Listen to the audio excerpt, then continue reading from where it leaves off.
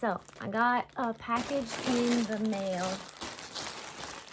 It's supposed to be a costume that I'm going to upcycle. I'm told that it's a costume for Dio from JoJo. So this is my first impressions. Some of this actually feels nicer than I thought it would be. Honey, you've got a big storm coming. I'm like genuinely surprised. Okay, I take that back. So this is the Dio bodysuit, I think. It's like underwear. I'm gonna try this all on. Here's like the belts. I was told that these were like some really, really bad quality costumes. There's definitely some areas where I would make things differently. I have some ideas though. I want to really JoJo-fy this costume. This is a character I don't think I would have seen myself cosplaying. I'm gonna change this for sure. Kind of want to like bedazzle all the hearts. I feel like that would be really fun. I don't want to necessarily buy any new fabric. I really want to try to source cheaper materials since I want to really upcycle it. And that's what I do for a lot of my costumes when they're store-bought. I love taking things and upcycling them. So I want to use a lot of this fabric. And if I'm not using this fabric, grab something from my own stash. It's not as bad as I thought. I will go try this on now. Okay, this might be worse than I thought. I didn't realize when I was trying it on, or until I was trying it on, that I looked at the design again. Why do I have jorts? Also, I couldn't find Connor wearing this anywhere, so I'm assuming it's a worse version of this.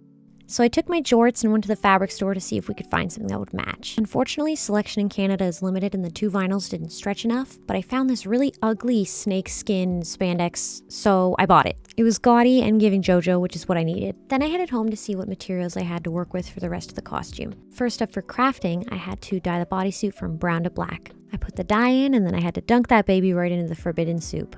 While I left that to fester in the pot, I started to seam rip everything apart, starting with the leg bits. I planned to reconstruct and reuse them, but with some thicker quilt batting that I bought with the pants fabric, and also make some matching bracers with gold fabric I already had on hand. After about an hour, the soup was done. I then rinsed it really good, and we had a black bodysuit, or at least fabric that would become a black bodysuit, which I immediately had to start seam ripping so we could make a new pattern. I used fusible stretch interfacing here to make the fabric thicker and less see-through, and then I began to reconstruct the bodysuit. I wish I'd used black interfacing here, but I was trying to use what I had on hand.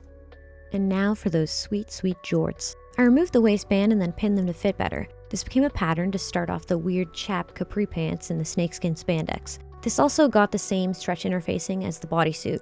Stretch is important, of course, for proper JoJo posing. I then did some fit tests and tapered the legs with a slight flare at the bottom to get the proper look I wanted. Next up was the jacket. I removed the collar because it was inaccurate, removed the lining, and then shortened it by about 5 inches. I used the remains of the shorts to lengthen the sleeves and add some cuffs. Then we were onto the straps and the hearts. I used dollar store Christmas glitter ribbon that I'd already had, cut it to size, and then top stitches down to each belt. I also did this for the bottom trim on the pants, just cut thinner. I then sealed the glitter with a coat of Mod Podge specifically made for fabric. For each of the hearts, I used several coats of hollow glitter Mod Podge and also put some coats of this on the belt so that they matched better. I had both of these from previous projects. I then topped the hearts off with some green rhinestones from the dollar store. And lastly, we have the wig. This was a super long blonde wig I had that I hacked at, crimped, and styled in an hour because I was on a crazy time crunch to make it to my photo shoot. But it honestly turned out surprisingly good. And here's the final reveal. I took Dio to the Lost Room at Timeless Tree Studios for a photo shoot with my friend Lexi. It was a super fun challenge to breathe new life into a cosplay for a character that I normally wouldn't have picked for myself. And I'm honestly really stoked about the outcome. I hope you like it too, and I hope you enjoyed coming along for the ride to see how this process worked. And of course, I had to make sure I could do the iconic Dio pose. I believe Dio is my 4th JoJo cosplay and the makeup's always so fun. Here's the before and after with photos thanks to my friend Lexi Photo. Thanks for coming along for the ride, and you can find me online at Purrblind.